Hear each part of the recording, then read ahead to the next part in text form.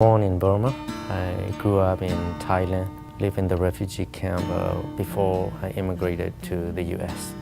I've been in the US almost 20 years, and I became a citizen more than 10 years now. AWA was serving as the volunteer tour manager for a Karen Christian rock band named the Klo and Kwe music team. They were on a 5-month US tour. I met the Klo and Kwe band back in 2011. They are very famous in the Karen community. I organized contacting 23 Karen communities here in the US. When the band performed on Sunday, the church collect an offering and give it to the band to bring it back to Burma to help the Christian school.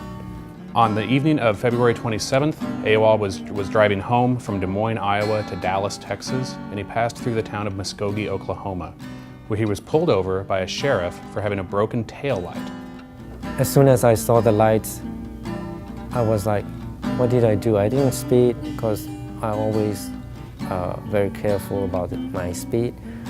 The sheriff's department took over $53,000, but only $2,000 of it was AWA's personal cash.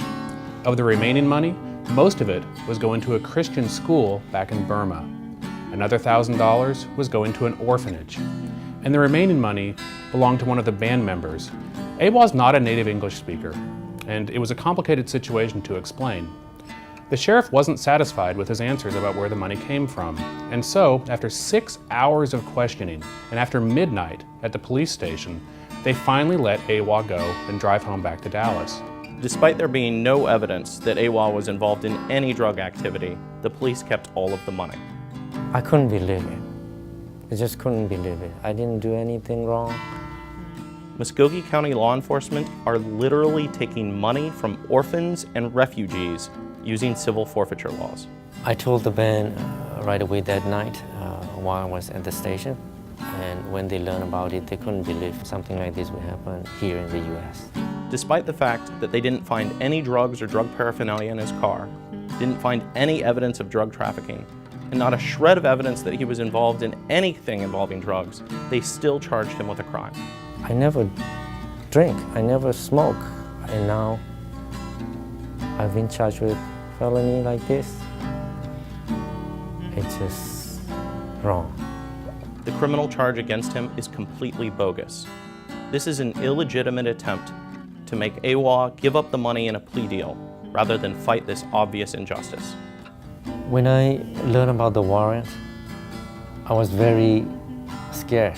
I had to pay $400 bond for the crime that I didn't commit. The Institute for Justice has partnered with the innocent owners in this case to fight this civil forfeiture and get their money back.